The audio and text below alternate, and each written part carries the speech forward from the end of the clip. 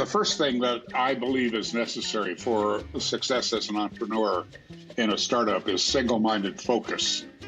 That you get a kind of a consciousness that's with you when you wake up in the morning, and it's with you all day long. It almost prevents you from going to sleep at night. And that is, you've got a consciousness and application about your strategic intent. What's your intent? Welcome to another episode of From Startup to Wunderbrand with Nicholas Kuhner. So I have a treat in store for all of you today. We have Robert White. And Robert, with over 1.3 million graduates from high-impact experiential trainings and companies he's founded, he's been there and done that. He's lived and worked abroad, Japan, Hong Kong, mainland China, and Taiwan, I think as well, for a total of 21 years. He's a mentor to executives, serial entrepreneur, trainer of thousands, or millions, should I say, and author of best-selling books and a public speaker. So, Robert, welcome. Hey, thank you, Nick. It's great to be with you and your listeners. So, Robert, I teach and train students and have done workshops with entrepreneurs. And one of the things that stands out for me is this question of leadership. And the majority of people that we come across in their life, unfortunately, are quite average. And I think a lot of the stress and strain that most people have is they kind of understand they might be quite average. So I understand that through your mentorship and your training, you have a system and a process to take people from being ordinary to extraordinary. Can we maybe talk about some of the steps that you need to follow being an ordinary person to becoming a leader? Nick, we could spend several days on that, but to kind of boil it down and have it be useful is the challenge. You know, I'm a student of the late Buckminster Fuller, the guy that invented the Dymaxion car and invented so many things that are interesting. And he had a great philosophy on life about how to function in a we world instead of a me world. Many, many things I've learned from him. And one of the things I learned is something he does at the beginning of his public speaking when he was still alive. He would get these big introductions. You know, sometimes you're kind of fearing that the introduction is going to be longer than his talk. And then he would come up on stage and he would say, and it's all about all of his accomplishments, where were many, and his many books and all of that stuff. And he would get up there and he said, the most special thing about me is I'm an ordinary person. And I borrowed that from him, and I now use it. I am a very ordinary person. I had the blessing when I was 27 years old. I was I'd had 3 heart attacks. I was having daily chest pain. I was told I wouldn't live past 35. I was divorced, felt horribly guilty about it, unspoken, and, no therapist involved. But it was in my mind daily. And then finally, my little business was struggling. So in some ways, I'm a very ordinary person. I still struggle with my weight. I am undisciplined sometimes in a way that concerns me. But I had this experience of going to this seminar, at that time it was called Mind Dynamics, which woke me up to what was possible. And then I have the life experience of founding and leading companies, very successfully, a couple of big, spectacular public failures, which, of course, means you learn a lot more. So I've come up with this kind of a guideline myself for entrepreneurs. And by the way, they're not my target market. Generally, I work with so-called second or third stage companies that already have some momentum. But of course, I've been through that process of sleeping on a partner's sofa for 8 months and not getting paid and struggling to pay the bills and being betrayed by people within my company and outside my company, all kinds of stuff like that. So I'm wondering, maybe get some feedback from you. With knowing I've kind of come up with 5 things that I think entrepreneurs should look for, is something like that of use to your audience?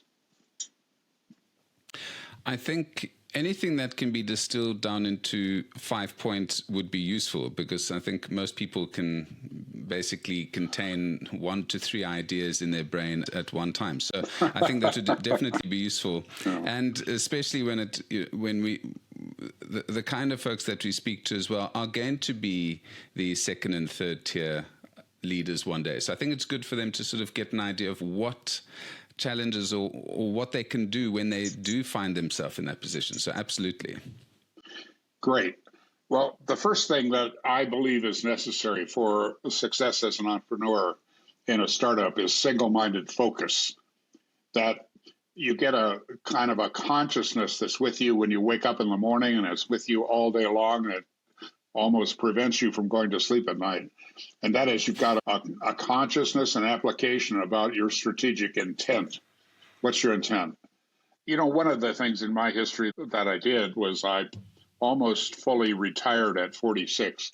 I moved to Aspen, Colorado, built a big house, bought a jet, all that success stuff that, you know, the kid from the wrong side of the tracks, the nouveau riche, the French would say, you know, that grew up in poverty and now had all this money.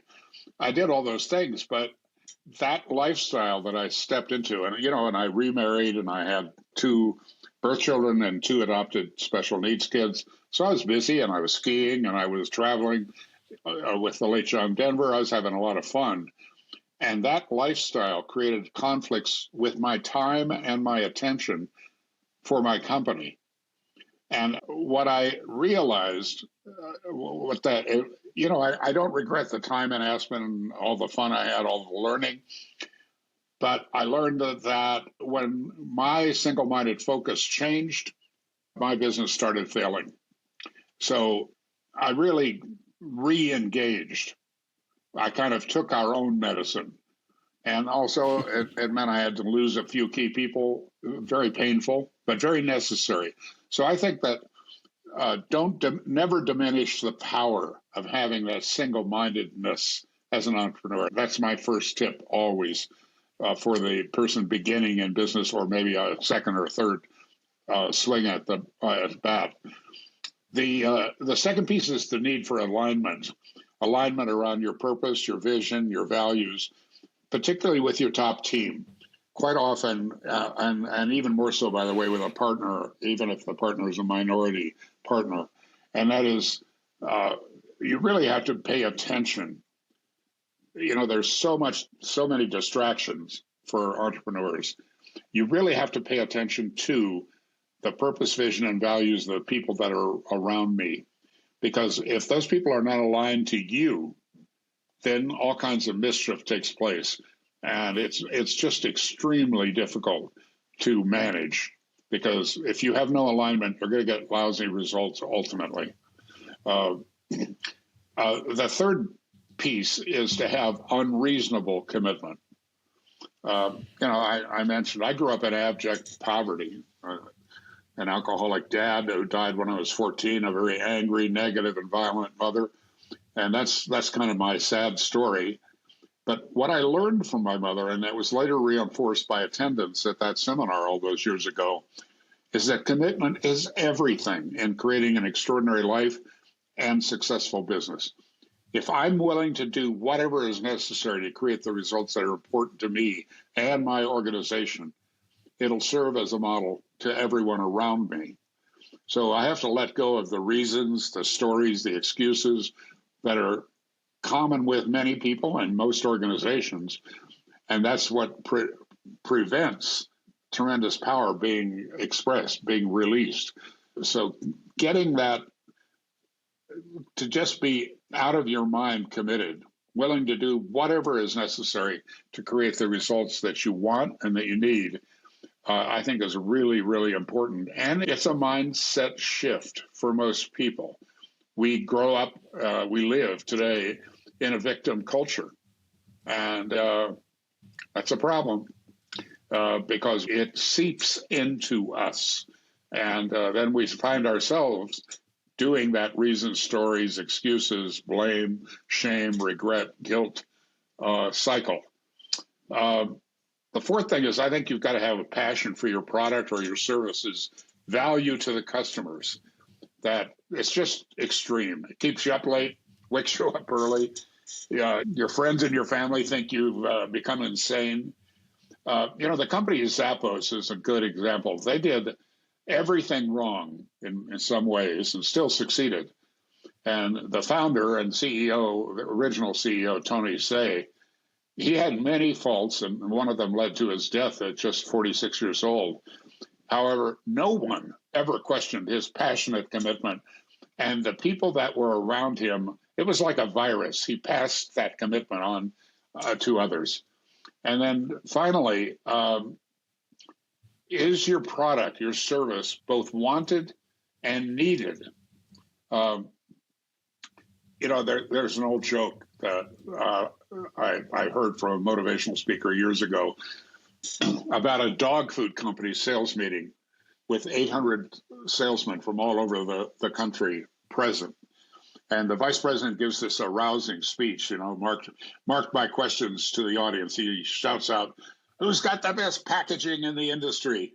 And the shouted response from the 800 people were, "We do." And then he asked, "Who's got the best point of purchase display material in the industry?" And the response was, "We do." And who's got the best marketing and advertising? Once more, "We do." And the final question was, why isn't the dog food selling? And there's this moment of stunned silence. And then one brave salesperson stood up, raised his hand, and shouted, "The dogs don't like it." You've got to get feedback and get that feedback because we fall in love with our product or service. And we've got a story about that. And we believe our own story or the passion goes away. So we take a good thing and extend it a little too far, and we don't listen to potential clients or potential partners. You've got to get feedback from a broad range of experienced people, and most importantly, potential customers, if they feel they might want or need your product or service. And ultimately, whether or not they would buy it. There's a lot more to being successful as an entrepreneur, but I believe those 5 things are extremely, extremely important. Well, Robert, it seems like Elon Musk has obviously been to one of your seminars, because I think in terms of focus, alignment, unreasonable commitment, extreme passion, giving people what they want or what they don't want in some cases, has been part of what has separated him from a lot of other entrepreneurs. But the things that you've said all sound quite reasonable. And to any reasonable average person, yes, that sounds good. Let me be extremely focused. Let me be unreasonably committed to making this work. But the point that you said there that really stands out for me, because I've gone through those steps myself. And you spoke about your weight loss, for example. It's a state of mind. If you don't shift your mind, if you don't want to lose weight, if you're not, you can have all the best intention in the world to lose a couple of pounds, but when you see that chocolate bar, when you see something shiny in the corner, when you just don't feel like it, that's what brings you down. And for people to get that shift in mindset to lose weight or to stop drinking or to focus unreasonably or focus reasonably on their business, that's very difficult to do. The points that you give, these 5 points, how easy are those actually to follow? And how many people that you've coached and seen are actually able to follow these 5 very simple things, which are like the 10 commandments, real simple, but real difficult to follow through? In my book, Living an Extraordinary Life, when it was first rolled out, they put you on the PR tour around the country, and you talk to television hosts, radio hosts, and print editors or journalists. And so the book gets sent to them in advance by the PR company, and somebody reads it. Usually not the on-air person, some intern or assistant or secretary reads the book, and they come up with 5 questions. And the interesting thing about that, of course, is one of the questions almost always is snarky.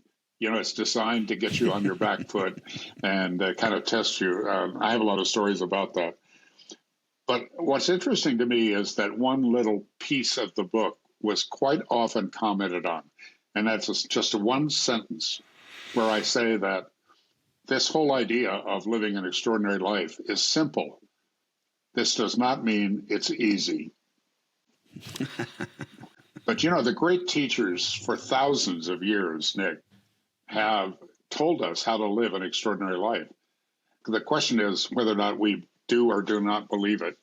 And for me and in our seminar work, as you mentioned, for well over 1 million people, the emphasis is not on your behavior as much as it is on your belief system that drives your behavior. So if you have a belief system as an example, and this is, by the way, mine, so we'll use that example.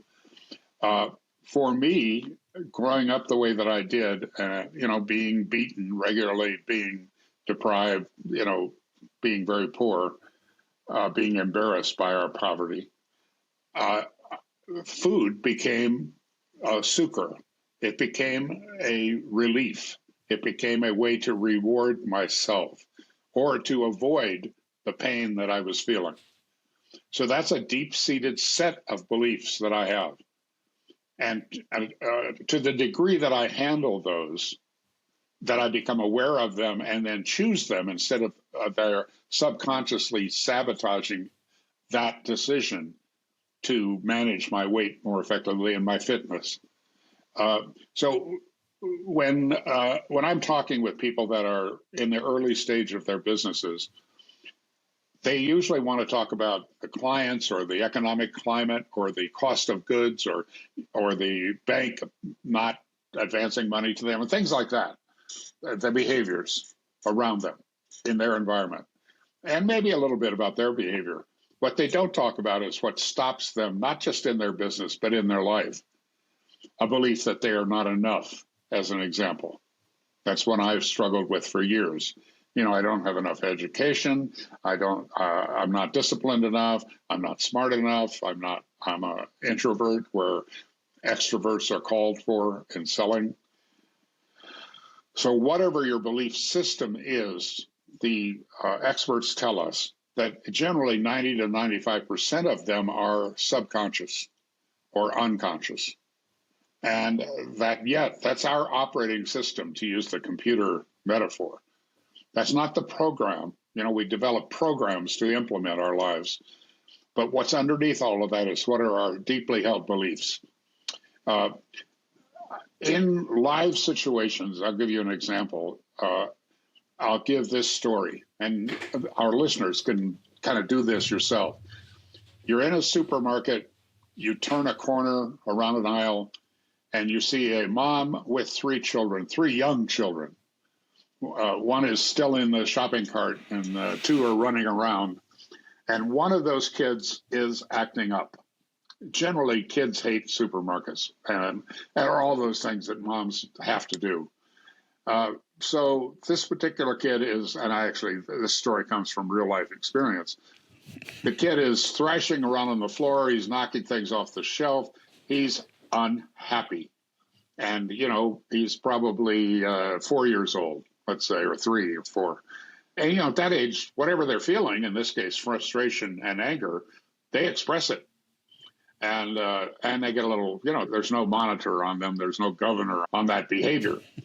So mom with the baby in the cart and the other kid, and then this one that's on the floor thrashing around and knocking things off the shelf.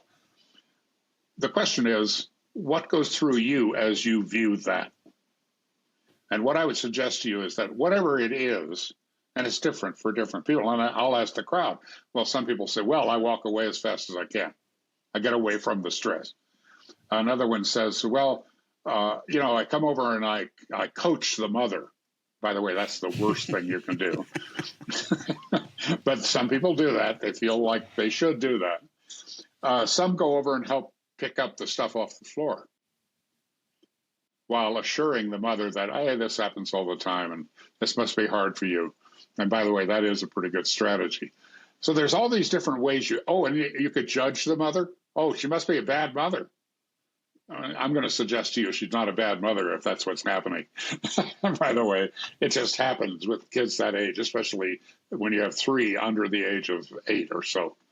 Uh, but what's driving that reaction is you have a belief system that you're probably not conscious of that drives your behavior when you see that event. And it's different for different people. If you are aware of what your belief is, then you can act intelligently. You can make choices instead of reaction.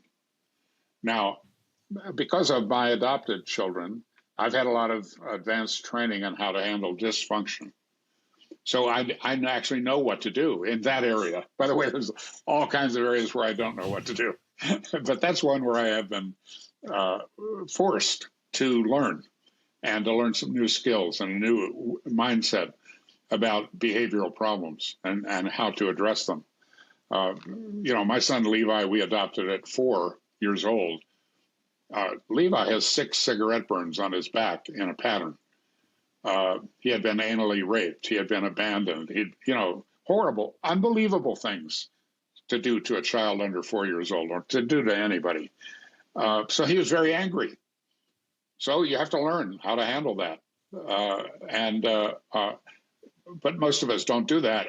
And I had to interrupt all kinds of beliefs I had about raising a child, as an example. So for all of us, we have conscious thoughts and beliefs and behaviors, and we're pretty aware, but they are dwarfed by what's in our subconscious. And the psychologists tell us that those are set pretty much by the time we're 8 years old. And then we go looking for evidence that we're right about them. So if you're asking yourself, why is it that when I give an order around here in my company, people don't follow it, or they forget about it, or they don't hear me? It's their fault. No. The answer to that is it's something on how you are communicating, and you are communicating from some unconscious belief that's getting in the way of you connecting powerfully with that employee. Now, sometimes when you get really clear about all of that and you get better at handling it, sometimes you find out that's not the employee for you. They don't fit. They are not aligned to your purpose, your vision, your values. But most often, it's about you learning to be better with dysfunction. Because, Harvard Business School says that we spend 70 to 80% of our time on people problems. Well, how do you solve people problems? You're not a trained therapist. You're not a coach. You're not, you're an expert on whatever it is your product and service is offering. This is why a good coach or a good trainer or an outside expert is useful. But in the meantime, you've got to get better at it. You just do. You got to get better at handling people. Otherwise, they will continue to bring their drama to work with them. And you'll be less effective and your company will be less successful. So this whole thing is grounded in shifting people's beliefs, getting people to be more aware of them and make better choices on whether or not that belief works for me, I'm going to actually amplify it. This other belief is getting in the way. I need to do some work. They call it clearing. And actually, my friend's company we are their clients is called Belief Clearing. It's a whole methodology around getting at your beliefs and clearing them. If somebody has an interest in talking with him and what they offer, let me know and I'll introduce you. But we've used them. We use them for ourselves. We've used them in our trainings with groups, and I use it in my coaching work. The theme that comes across, obviously, is self-awareness, and lots of people are hesitant. I mean, again, it sounds quite easy. Just clear your beliefs and things will become easier. But getting to that point of actually being aware that perhaps your beliefs are the problem, I'm not sure everyone is comfortable accepting that or comfortable with that realization, and that might be something stopping them actually wanting to grow or change. Well, they might want to grow and change, but it does stop them if they cannot do the work. getting the help they need to clear some of these things that are not working for them. Uh, you know, there's a thing in the U.S. I'm not sure about in the rest of the world. We have these things called bumper stickers. You know, people that get these stickers they put on the bumpers of their car. I'm not one of them, by the way. Okay. Honk if you love Jesus. And there's a subset of that called bumper sticker wisdom. You know, the quick things you can say. So here's what gets in the way for many of us. Everybody wants to go to heaven. Nobody wants to die. Everybody wants to go to heaven. You want the good things in life, but nobody wants to die, pay the price. You know, and again, for entrepreneurs, we are so busy and we're so distracted by the emergency of the day. You know, I spent 6 years in China recently, from 2014 until 2020, and when COVID hit. And I did more public speaking there than I've done in my life. There was more demand, and they offered me wonderful venues and a lot of money, and it was fun. And one of the things that I noticed, Nick, that it was kind of embarrassing, is I don't use a script. I do use an outline, and I've got a few like pieces of the work that I do that I call on quite often. So in a way, it's practiced. But also I'm listening to the audience, right? And listening to myself and whatever I'm feeling and offering with them and connecting with them. And suddenly started to notice I was quoting two people. And I would literally walk away from these events where I've quoted these people and beat myself up for it. Because one of them was the late Stephen Covey, the author of the 7 Habits book. And the reason for that, of course, is that he sold like 25 million copies of that book. I think it's over 25 million now. And I haven't. So I'm jealous, right? And yet I'm quoting him. And the other was my former wife, where my friends described it as the divorce from hell. And yet I'm quoting her, right?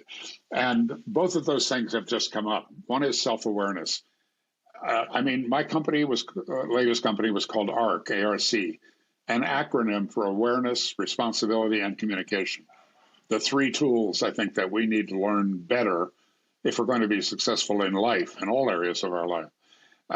So self-awareness being the first one. I've often said people don't need our training if they have a very well-developed sense of awareness. But anyway, my former wife renamed that in a way that I think had a lot of wisdom in it. She called it developing a higher state of noticing. You know, noticing the people, noticing yourself, noticing your environment, those kinds of things. But the Stephen Covey piece from his book that I really think is powerful is that leaders need to make the distinction between what is important and what is urgent. Because what drives most of us, excuse me, in our business is the urgent things, the things that are, you know, up in our face, and we have to do something about it now. Quite often that crowds out what is important. And what's important is your personal growth, your organizational culture, and paying attention to that. It's connecting with your customers. You know, it's a lot of things that are kind of on the softer side of things that don't have to do with what you have to fix now. And I've lived through that. I'm grateful to Dr. Covey for waking me up about that. That I need to sort in making my decisions between what is urgent and what is actually important. That's true in your personal life. Well, we do that in class when we do that. I think it's called the Eisenhower matrix, where it's that urgent, important, etc. So it's a principle that obviously, if utilized well, delivers results. I just want to talk about your seminars. You mentioned that at 27 you went to a seminar and it basically changed your life. When coming to a seminar like yours, what kind of impact could people expect? And and we'll go into details a little bit later in terms of where people can get in touch with you. But what type of training and what kind of seminars can folks expect from you? Well, first of all, you're going to gain an absolutely increased ability to notice what's happening around you, inside you, outside you, with the people in your life and with your company, with your community. You're going to wake up. We're going to interrupt some of your belief patterns without you even knowing what they are. And so that's a big part of it.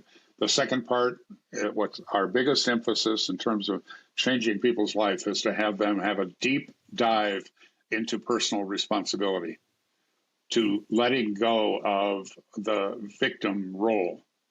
And, like one of the things I've noticed about myself, and, I've now written a book about personal responsibility. I've taught it to thousands of people, and I fall into being a victim sometimes. It is so first of all, it's ever present in our culture. And secondly, it's easier. Responsibility is hard. It's painful. And really owning all of the aspects of our lives is very difficult. And in that training, you're going to have a deep dive into owning it and seeing the impact of being a victim in terms of making better future choices. And then finally, to develop a mastery of communication, particularly communication about your purpose, about your vision, about your values, and about your strategic intent. Another one of those bumper stickers, Nick, is tell people what you want to do. They'll probably help you do it. That comes from the late Zig Ziglar, the motivational speaker. Tell people what you want to do. They'll probably help you do it. Well, learning to do that in a compelling way is like a priceless entrepreneurial skill set. And then finally, there's an overall context to all of the work we do, which is about engaging other people and empowering their leadership. I had a recent experience with customer service for a very large company that blew me away. I never got referred to a different department. I never got told, we can't do that. This person, who's probably making, not that much more than minimum wage, solved my problem. And I was very aware that they were going to be hanging up the phone after this call with a happy customer, but they're going to have to go do some work with their team. They're going to have to probably go to people higher on the hierarchy than they are, a lot higher, and say, I just committed us to this. You told me I was empowered. Well, I did it. But as a manager, especially if you work in a big company and then you start your own company, I've seen this pattern happen with myself and with many, many people, is to get to higher levels of management, you husband information. You hold it tight to you because that's your power. And that's how you get paid more, is things other people don't know. And the leadership role is radically different than that, because now your job is to share everything you know and to empower other people to be the leader in their area of responsibility. And I think that's one of the things that's always been the context of our training. It's why generally I'm not a big fan of just individual coaching at the top. I want to get the top team together for 3 or 4 or 5 days where we tell each other our truth, where we find out about that person that we have some belief about that isn't functional. And we find out they're a human being also struggling with all of life's ups and downs and all of those things. And that we create that purpose, vision, and value statement together. We don't use a computer and an algorithm. We don't hire McKinsey and Company to come in and tell us what our purpose, vision, and values are. So that's kind of the general theme. And all of our work functions around 3 personal growth issues that also have a huge impact on leadership. Number one is it's very, very difficult to run a race with a 50-kilogram backpack on your back. And for most people, their past is like that. The things that have happened to them in their life that include blame, shame, regret, guilt, and even past success can be a burden to the future. So there's some simple work you can do to clear that, to live more in the present and the future than living in the past. So that's the first aspect of all of our trainings. The second piece is to learn to better tell the truth about current reality. Now, particularly for entrepreneurs, this is important because we all live in a story of why our product or service is the best, or why I'm the best person for this, or all of that. The storytelling is a very effective way to sell, to engage other people. It's great. But sometimes we get so lost in our story, we don't realize it's just not true. Aspects of it are not true. The Buddhists have an interesting way of saying it. They call it developing a selfless regard for reality. In other words, taking all of your belief system and projecting it onto reality. You can't see reality when you do that. But if you can get yourself out of the way, you can see what's really happening. And then finally, the third aspect of this is if you've done the first two steps, if you've cleared your past somewhat and come to a kind of a radical self-acceptance, and then if you've developed a better regard for reality, so it's not a surprise to you when some things happen, you have cleared a space where you can actually choose your future because you've let go of the past. You're really functioning in the present. And now you can look forward without that influence, whether we use that word virus or burden, assumptions, all of those things. For most of us, unfortunately, when we're looking about the future and about vision, we are taking our past, our education, our parents, our socioeconomic place, even our race, and throwing that into the future on what's possible for us. And that's unfortunate. So in our trainings, that's the process we're going through. Clear your past, tell the truth, and then choose a future that works for you and the other people in your life. It sounds very dangerous, this process that you are talking about, because I'm stressing myself out now because the big thing that a lot of people have is this imposter syndrome. And imagine I open myself up to this process and yes, I've got to unburden myself of these things, but then everyone might notice that I'm actually not as good or as useful, or I'm sharing all this information. Is that a good or a bad thing, Robert? Well, realizing that you're withholding, that you're not sharing all of you with the people around you. First of all, you don't have to worry about it. They already know. They don't know the detail, but they know the outcome. And but that's hard. Look, ego is like this hungry monster. It wants to be fed all the time so that you can hold on to your image of yourself. And maybe a good thing to wrap things up for us is I'll share this story. It happens to be a true story. So, and it happens to be summertime as we record this. So there's a guy who's in his early 40s and divorced, and he has one daughter, the most important person in his life, and she's 13 years old. So they have a daddy and daughter day together. And they go out on his boat, and it's a beautiful day, and they go fishing and just enjoy the scenery, enjoy being together, have a wonderful meal on the boat, all of the right things.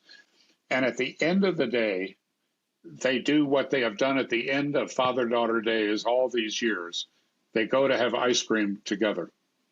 This happens to be in East Hampton, New York, the so-called Hamptons that are east of New York City. It's where all the very rich people go to play in the summertime.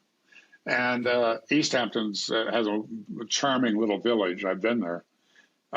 So they're walking through the village, hundreds of people around them. They're going to go have ice cream. He is so happy that he begins to sing out loud a favorite song. So I'll ask audiences this question, and I'll ask you, how do you react? Your daughter, first of all, how does the daughter react when you start singing out loud? Well, I suppose in this case, a 13-year-old daughter would probably be dying of shame, Very embarrassment. good. Excellent. If you think about a 13-year-old, about that journey, and most of us who've had children know this, they are no longer children, but they are not adults. They are in terms of their image, they're in between. And being in between in any kind of metaphor is shaky, right? So they're extremely sensitive. So the reaction of the girl was predictable. She started screaming at her father, "Shut up! You're embarrassing me." The next question is, how did he react?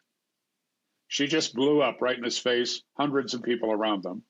So how did he react? And when you ask audiences this one, Nick, you get all kinds of answers. Some of them say, well, go silent. Some of them say, well, apologize and stop singing and apologize.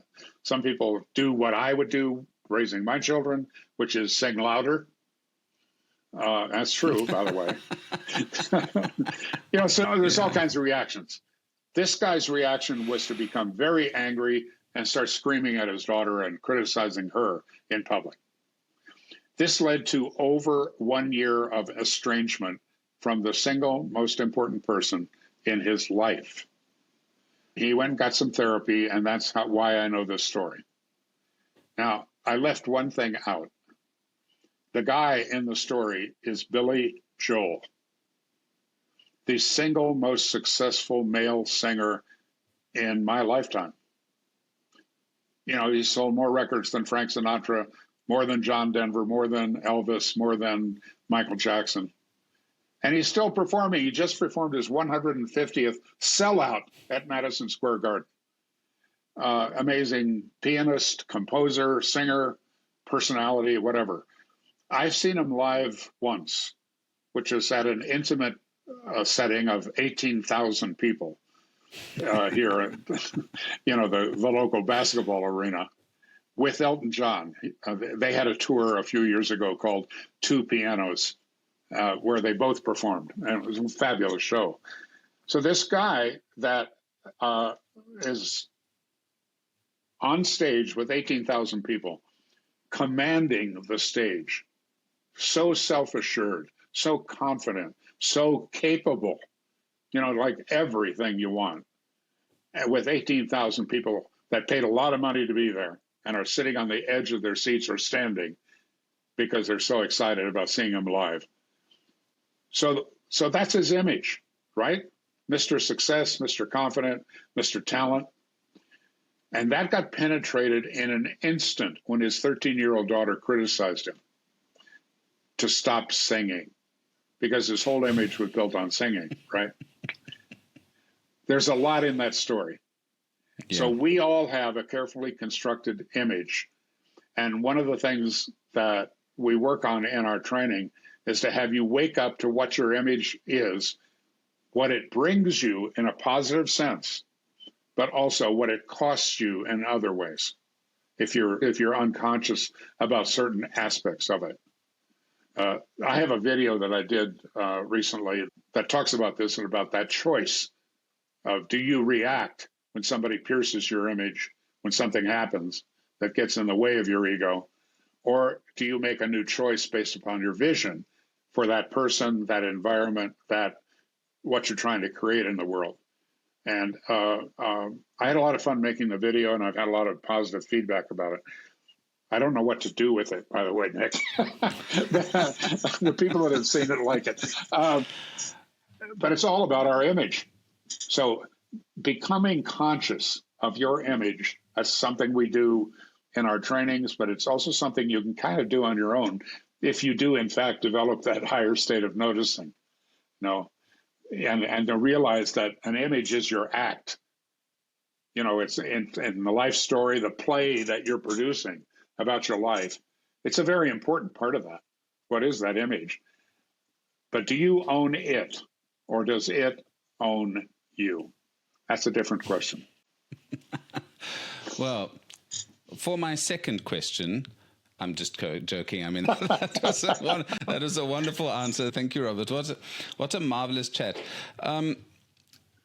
For people who would like to know a little bit more about your coaching, your mentorship, your books, and a little bit more where they can find information about you, where can I send them, Robert? To extraordinarypeople.com. I'll put that in the description. Extraordinarypeople.com. And you can surf around. And one of the offers I make, because, it all is about relationship. We may or may not work together in the future, but I'd like to contribute to your life. So for the last 15 years, I've done a weekly email called An Extraordinary Minute. An idea something I read, something I saw, something I experienced, and then my comments on it, all designed to be read in 1 minute or less once a week. So I've been doing that for 15 years. And if you hit reply to any of those emails, they go directly to me, and I answer most of them. And it's free. And when you register for that, subscribe for it, first of all, if it becomes clutter to your inbox, it's easy to unsubscribe. It's one click. But the other thing that you get is a 28-page, like a success primer of work that I've developed over the years. I've edited it 20 plus times as I've learned and grown. So you'll see the latest version. And it's also free and it's shareable. You can use it with your team or with your family. And so I don't recommend printing out things. I'm kind of environmentally sensitive in that way. But this is one thing that I suggest you print out, because you get to do a little instrument about rating yourself in some key areas of life and making some suggestions on how to get better. Marvelous. So that's a way to be in relationship. It's free. If you buy my book, one of my daughters says, with that kind of what young people can do, the head, kind of the eye roll, the eye roll. She says, "Dad, you think you're such hot stuff. You're really just a book salesman." Well, just wait until you start singing. Exactly. But if you want a signed copy of my book, it's available on my website. And if you want, it's on Amazon, it's on Kindle, it's available. It's out there. Great. Yeah, and I'll put links out to that as well. Robert, it's been a delight chatting to you. And I'm going to actually get my class, we're going to read that 28-page book together, because I think it's very important in the beginning of our new semester for people to start being aware of these things and get them ready for a successful life. So thank you so much for some fantastic insights, and I really do look forward to chatting to you in the future. I look forward to that also, Nick, and thank you for great questions. You obviously care about your students and your listeners, and I like that a lot. I really do appreciate your comments, so why not go and watch this live on YouTube, or go to my website, kuhne.no, that's kuhne.no, for more information.